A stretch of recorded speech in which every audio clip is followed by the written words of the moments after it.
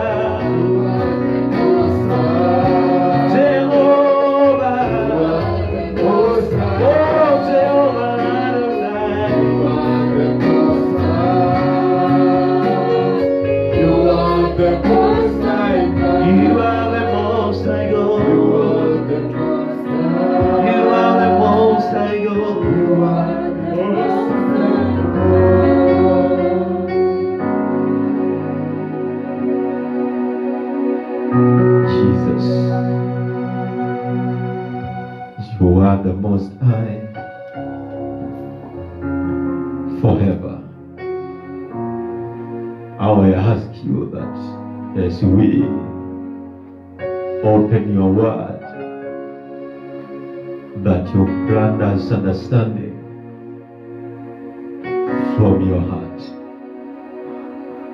Let your truth take the center stage of this platform, and let your name be honored, Lord. Thank you for everyone whom God you've charged to be with us this particular moment, and you'll touch later to follow. That Father, divine wisdom and the understanding will be granted. In Jesus' name we pray. Amen.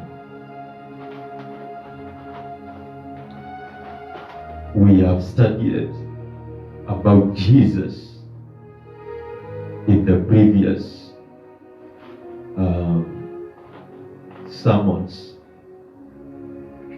We have also looked in details about Satan and what made him to be so, and his activities. And today, about who man is. It is only through knowledge that we can be established. I want you to listen as if you've never heard anywhere your personality being described, because it is all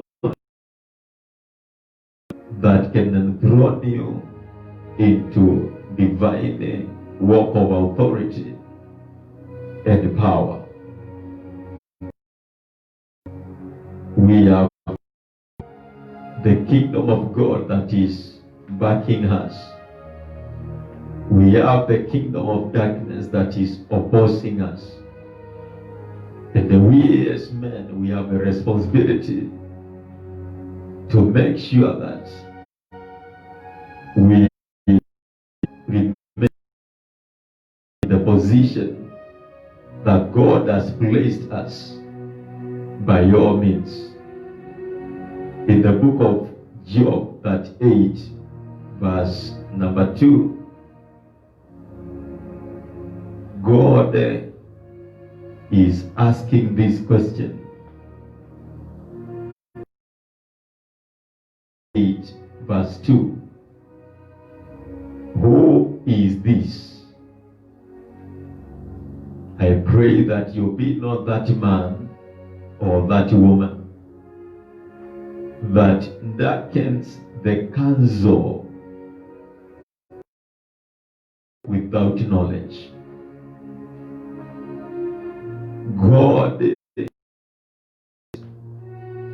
the only way people can remain in darkness, or they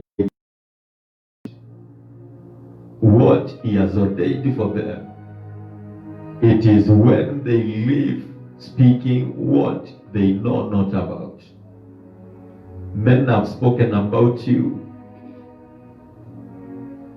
but the question is, whose report will you believe? Isaiah 53 verse 1, he also asked another question, that who will believe our report, that the hand of God might be revealed. The extent that you will enjoy God's power in your life will be determined by how much knowledge you know about God. He is whom He says He is, and you are whom He says you are. The word of God is not a suggestion given to us. It is not an opinion given to us. The word of God is not a request to us. The word of God is His commandment. What He has said is what remains to be. There is nothing that can be changed. It's either you believe or you disbelieve. So today we are going to look at who man is. Because if we can know ourselves and understand what God has made us, then we'll be able to take our position and rule as by the will of God from the beginning.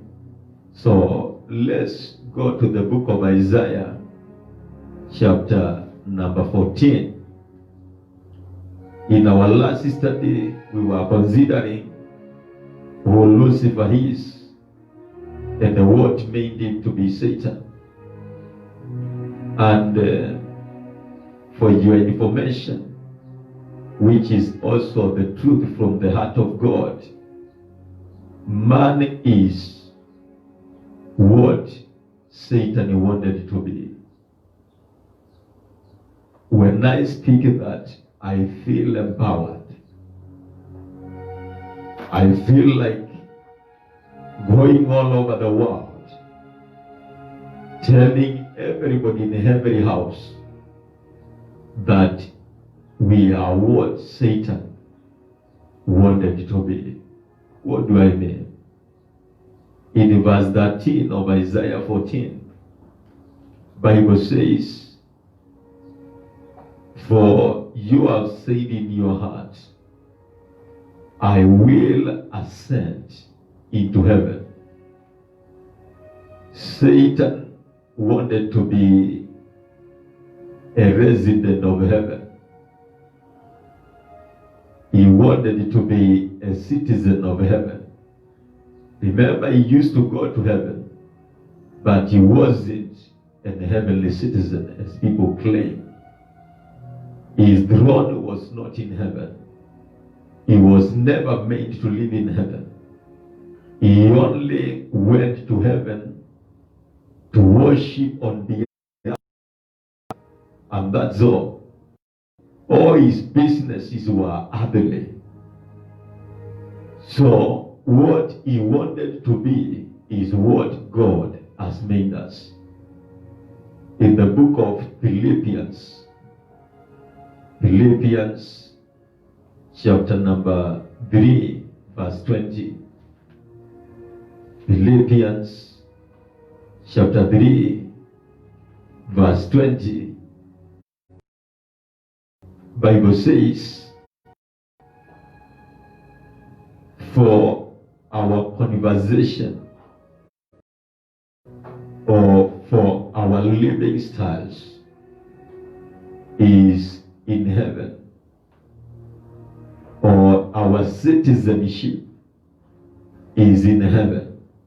So, by the grace of God, we are citizens of heaven. A citizen is a member of a society, is a legally recognized member of a certain territory. By the grace of our Lord Jesus, we are heavenly citizens. In 1 Corinthians chapter 15, 1 Corinthians chapter 15, if that one be not enough for you, we read in verse number 47, the first man is of the earth, and the second man. When I talk of the second man, I refer to Jesus and his church. So, we as the body of Christ, we are the second man, who is the Lord from heaven. You can only be of where your Father lives. Our Father is in heaven. That's what makes us heavenly. And Bible says in verse 48, as is the earthly, such are they also that are happy. And as the heavenly, such are they also that are heavenly. Our citizenship is heavenly. We are from where Satan wanted it to be. We are recognized in where he wanted it to go, and be as one of the citizens of heaven. Now, what does that tell us? It tells us that we have nothing that we desire to be. We are exactly what is the sum of the desire of any other creature. If Satan could have gotten the citizenship of heaven, he would not have rebelled. But why did he rebel? Because what he wanted was not possible. He used force, but it turned out to be a loss to his life. What other thing did he want to be? In Isaiah 14:13, Bible says, he said in his heart, I will exalt my throne above the stars of God. He wanted to be above every other angel. Now, who is man? Man is above everything that God created. Now, in Hebrews 1:14, Hebrews 1:14, Bible says that are they not all? You can take note of the word all. Regardless their name, they are all ministering spirits. So they are all our servants. What Lucifer wanted it to be is what God made us. So right now, any angelic position, it is ranked lower than a son of God. They are servants, we are sons.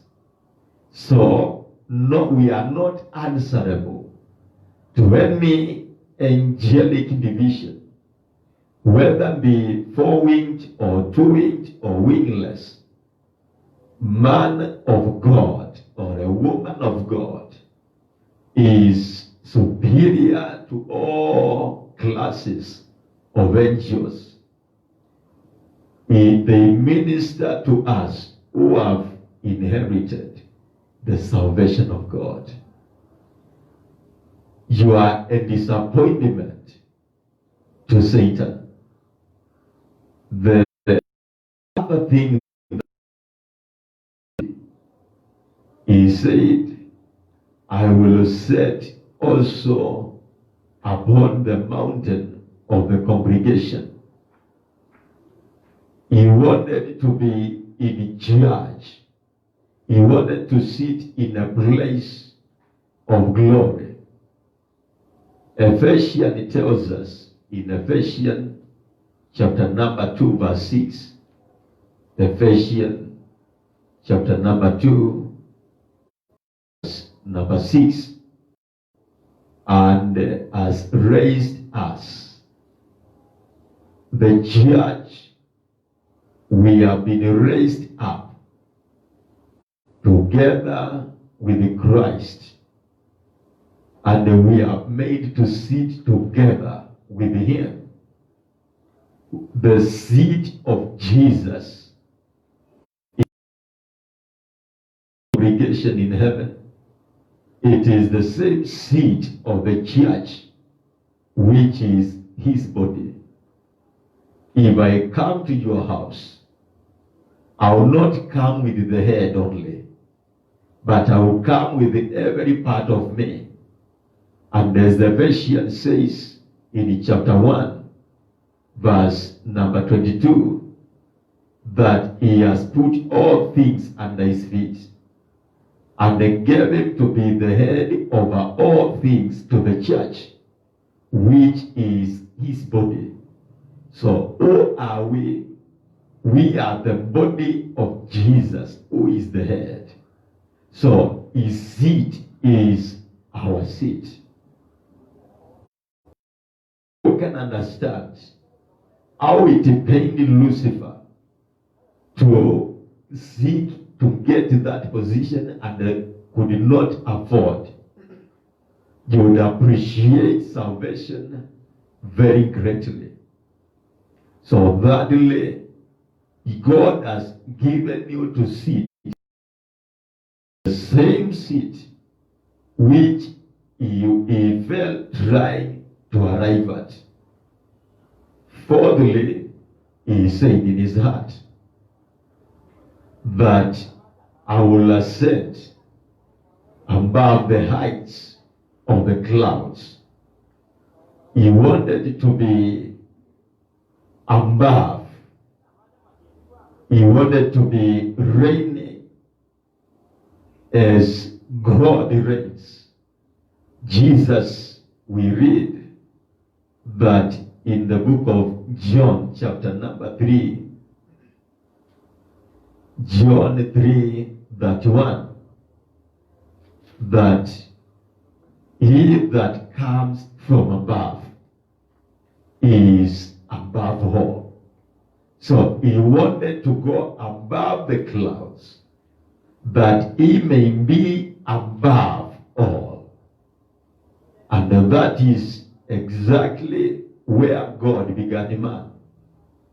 When we go to the book of Hebrews, chapter number 2, Hebrews 2, we read in verse number 6, what is man?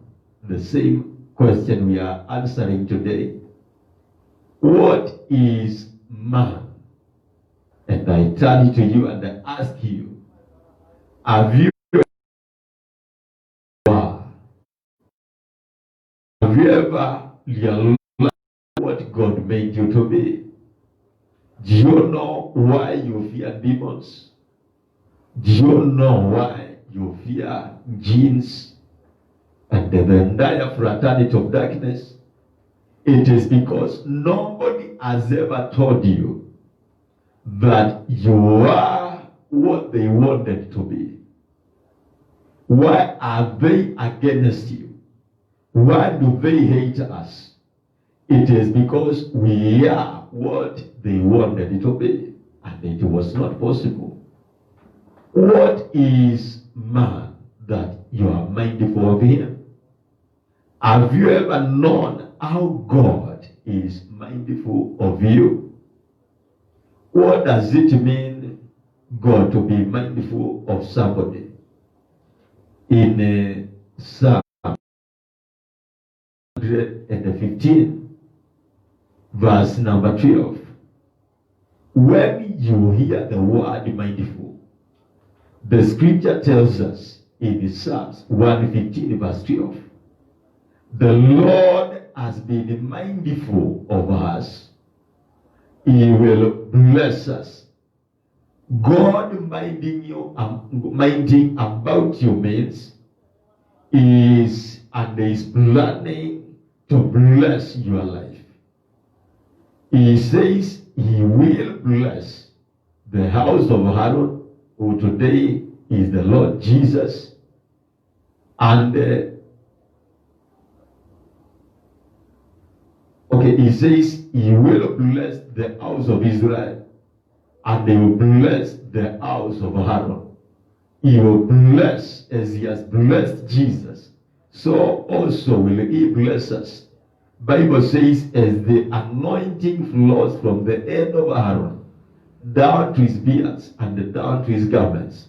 So the blessing on the head, which is Jesus, is the same blessing that is in the body, which is the church.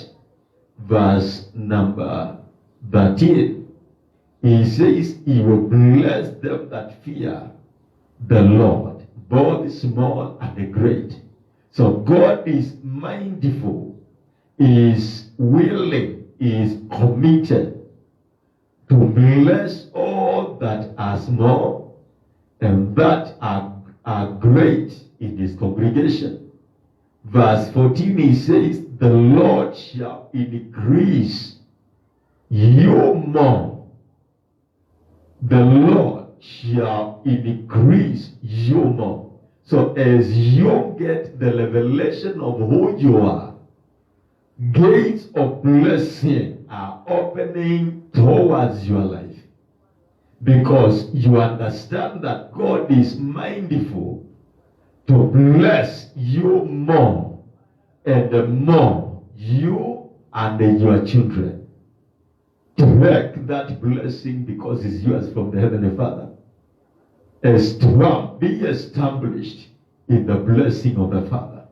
So as we have seen in Hebrews chapter 2, verse number 6, that God is saying he is mindful of us. So he has a plan to bless us more and more in the sight of our enemies. You are going to be great before your very enemies because you are special to God in the name of Jesus. He says, why is mindful of him? It is because he has set him, the last part of verse 7, he has set man over what? Over the works of his hands. Is Satan the work of God's hands? Yes. And demons the work of God's hands? Yes. Is coronavirus the work of God's hands? The answer is yes. Then who is in charge over the God's work? It is you. The Bible says, verse 8, you have put all things subjection under his feet. For in that he put all in subjection under him, it means he left nothing, my dear viewer, the blessed of God. God says he has left absolutely nothing. Absolutely nothing that is not put under your feet. That is what Satan wanted. And it is that which God meant you. So, you are the greatest disappointment of Lucifer, Satan, devil. That's why he came to deceive man, that he was not what God told him to he was. But today I assure you, by the word that God has taken an oath, you are above everything that God made. I assure you, you are seated together with Christ in the Mount of Congregation. You are exalted above the stars of God. They are all your servants by grace. He went ahead and declared the desire of his heart. And he said, I will be like the Most High. He wanted to be like God. In Genesis chapter 1 verse 26, Genesis 1:26. I don't know whether you are believing what I'm telling you or what the Spirit of God is revealing to you, but it is my prayer that you will believe God's word. Psalms 3 verse 4 says, the word of God is right. What you are listening is exactly what is in the heart of the Father. If you go to where the Father is right now, He will tell you you are what you have heard you are. Genesis 1:26. And God said, now this God is the maker of the heavens and the earth. This is the maker of everything that exists, whether visible or invisible, whether thrones or dominions, powers or rulers or authorities. The maker of all said, and we read in Psalms 3 verse 9, when he speaks, it is done. In Isaiah 55 verse 11, Bible says, when his word comes out, it cannot return to him void, having not achieved the purpose to which he has sent his word. His word is like rain that can never return unless it has accomplished the purpose. And this mighty God, who made the sun and its brightness, who made the stars and their various glories, who made the great beasts that are in the world and in the sea, God said, let us make man in our image and after our likeness. We are as the Most High. What Satan wanted to be is what God has made you to be. If you are to get those 5 wishes, you will not have rebelled. Now, who do you want to be like? God has given you to be the highest in the rank of his own all creation. Why do you allow the enemy to deceive you with the money? Money is of no value to what you are. Why should you forsake your soul just to acquire property? Jesus asked, what shall it benefit a man who I have enthroned over everything to get it all and lose his soul? You are very precious before God. You are very great. Why should you be scared by somebody who darkens the counsel of God without knowledge to tell you that there is an altar in your own place that has stopped your progress? Where the altar is and the man. In Ezekiel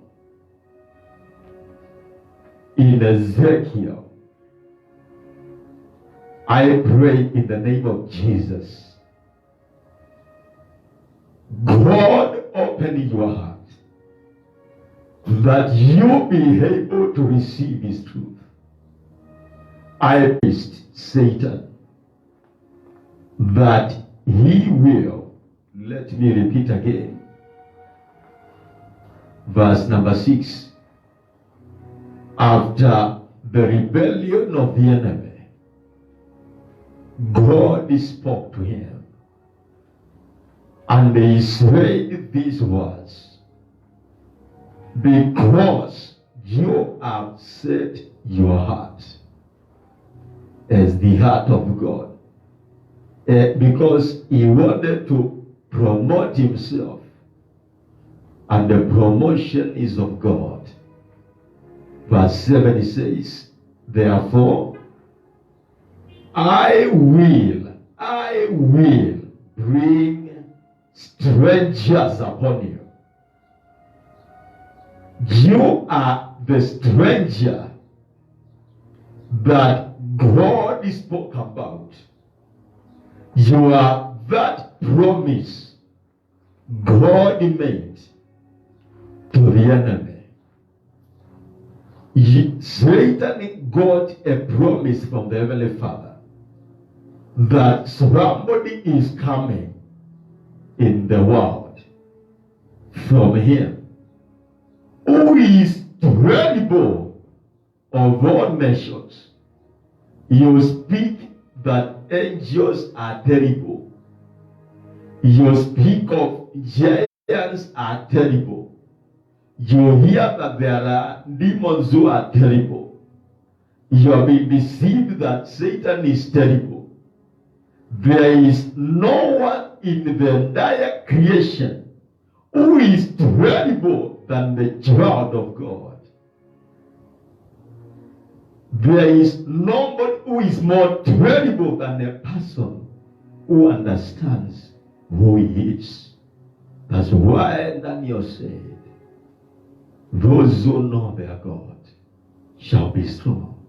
When you know who said what he said about you, your strength will be revived. You will go and declare to your business, rise, and it will rise. You will go and speak to the forces of darkness, leave, and they will leave.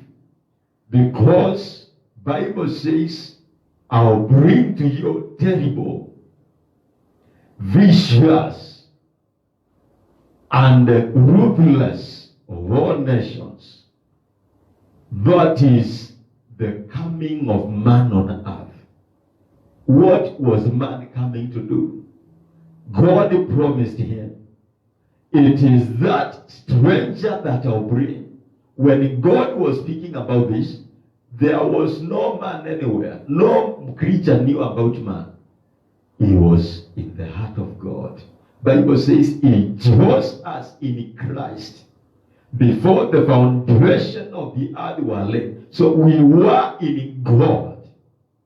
When the enemy was doing all that he was doing, we were in God. We are the final leg of the enemy. God released finally man, and he said, when he comes, he shall draw their sword against your beauty and the wisdom. They shall defile your brightness. That is our business, the church of God. We are supposed to destroy the beautiness that Satan gives himself. We are supposed to defile anything that he makes in this world. We are supposed to destroy all his businesses. We are supposed to spoil all his treasuries. How? Bible says in Jeremiah chapter 4, verse not Jeremiah, just a moment.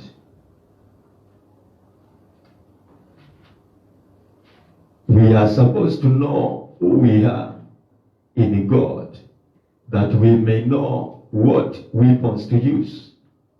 In Jeremiah chapter 1, verse 9.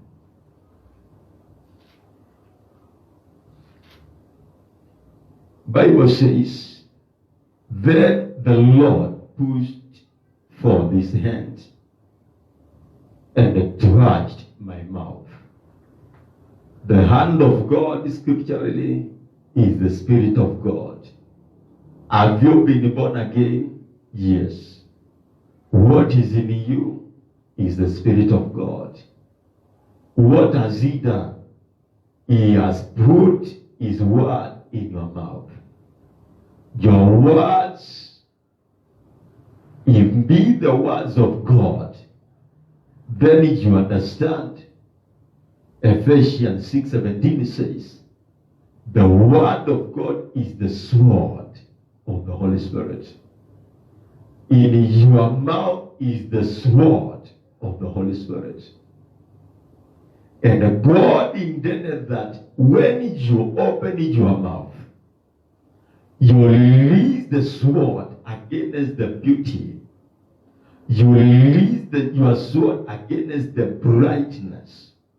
You release your sword against his splendor, the enemy's splendor.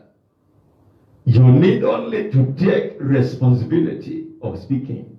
Bible says the word of God is sharper than a double-edged sword. You can pierce the heart of the enemy by declaring what the word of God says. When you speak the word of God against your adversary, you destroy him. He cannot withstand the sword of the Spirit. In Luke 21, our Lord Jesus in verse 15 said, Luke 21, verse number 15, he spoke to his apostles and they said, for I will give you a mouth. When Jesus came into this world, he was bringing to us the power to speak. He never brought to us bombs, grenades, and the guns. He brought to us mouth. In Isaiah 59 verse 20 says, the word which is in you, Jesus, shall be the words of your believers. So that what Jesus could say is what now we are supposed to say.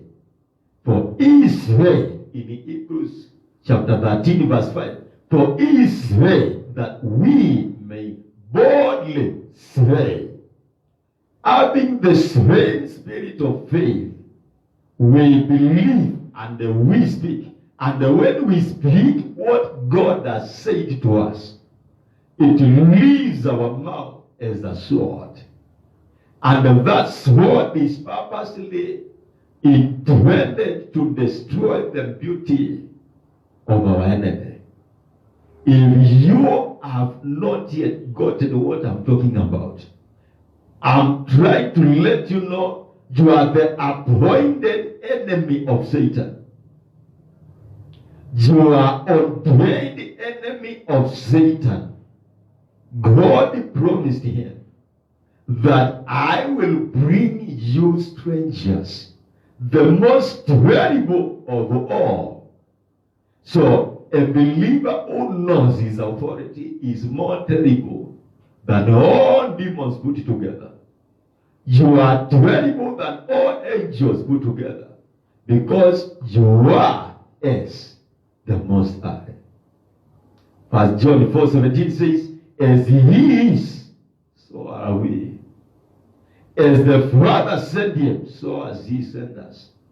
He said, if you shall receive one of these little ones whom I have sent, you will have received me. And if you receive me, you will have received him that sent me. So when you see a believer, you see Jesus. And when you see Jesus, you see the Father. When Saul of Tarsus grew mad against the body of Christ, Bible says on his way to Damascus in Acts chapter 9, he was hit by light from heaven. And falling down, he asked, "Who are you, Lord?" And he said, "I am Jesus, whom you are persecuting." He did not say, "I am Jesus and I have come because of my believers." He said, "Who the people you are persecuting, it is me." So when I stand here, I am as Jesus, because that is what he has made me to be. I did not qualify for it. I was born. So there is nothing I can do about it. There is nothing I can do about what God has made. Rather, to stay, to live, and exercise the heart of my Father in my life. So I want you to read again Luke 21:15 and see what God said concerning how does the sword work.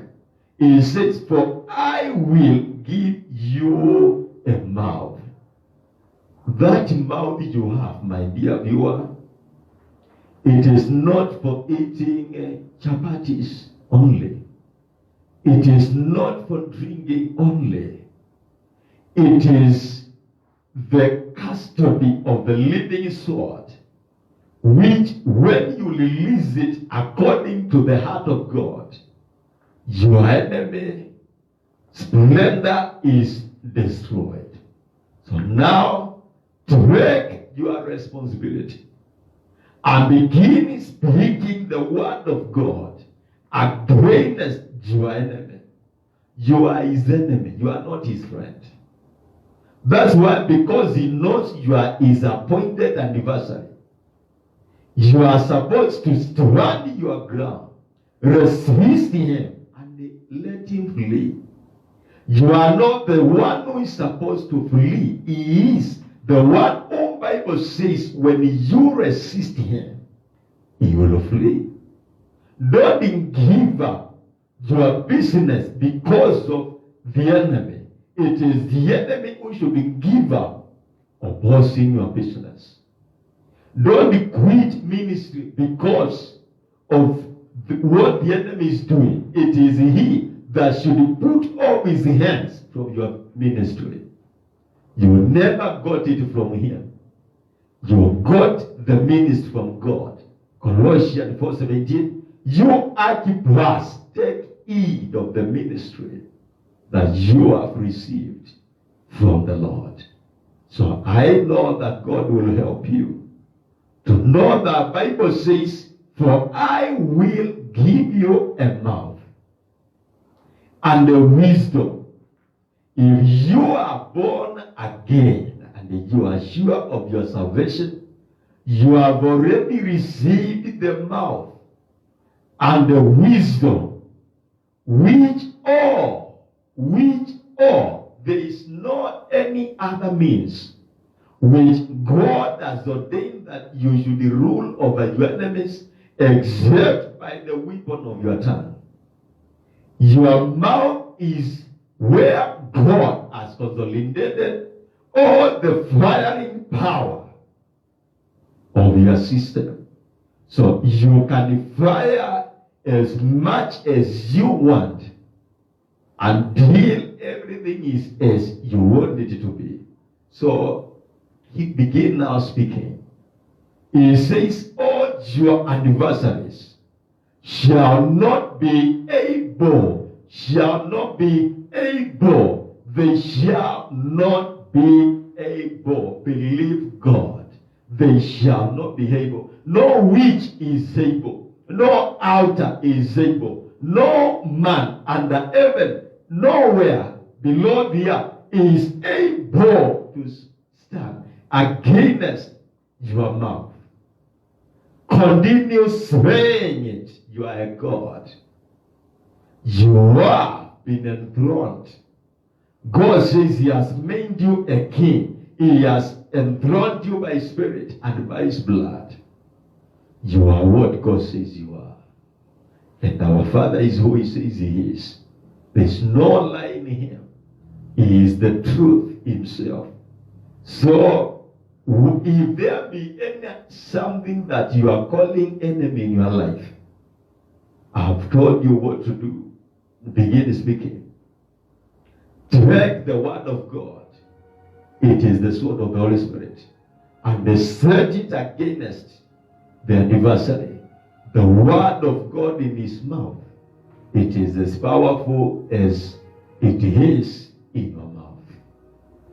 The Lord bless you.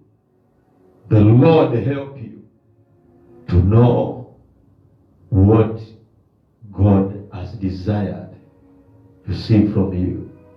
Don't fail him. He has done so much for you. It has costed him so much for you to be in that position. All the kingdom of Satan, if they could only get 1 minute to be what you are, they will celebrate. Unfortunately, they will never have that chance. So now, in the name of the Lord, take your holy position. You have been made by God for his own glory, for his own praise. I want to pray with you in the name of Jesus.